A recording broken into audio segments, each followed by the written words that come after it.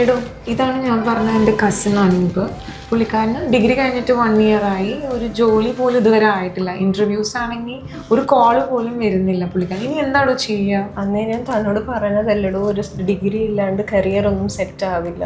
അന്ന് എൻ്റെ കൂടെ സെറിബ്രോക്സ് HR അക്കാഡമിയിൽ ജോയിൻ ചെയ്തിരുന്നു. ഇന്നേരം കൊണ്ട് ജോലി സെറ്റായി. ഇപ്പം എന്തായി? അതിപ്പോൾ എൻ്റെ 2-3 ഫ്രണ്ട്സ് വേറെ ഏതോ അക്കാഡമിയിൽ പോയി ജോയിൻ ചെയ്തു. അവരുടെ കാശും പോയി, ടൈമും പോയി, ജോലി ഇട്ട് കിട്ടിയുമില്ല. അതാണ് ഞാൻ അന്ന് അങ്ങനെ പറഞ്ഞത്. ഇനിയിപ്പോൾ എന്താ ചെയ്യുമെന്ന് പറഞ്ഞുതരാമോ? സെറിബ്രോക്സ് അങ്ങനെ ഒരു ഇൻസ്റ്റിറ്റ്യൂട്ടേ അല്ല.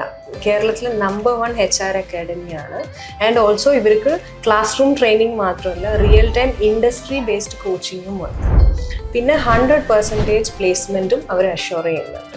എന്തായാലും ഞാൻ അവനോട് പറയാം വേഗം തന്നെ പോയി സെറിബ്രോക്സിൽ പോയി ജോയിൻ ചെയ്യാൻ.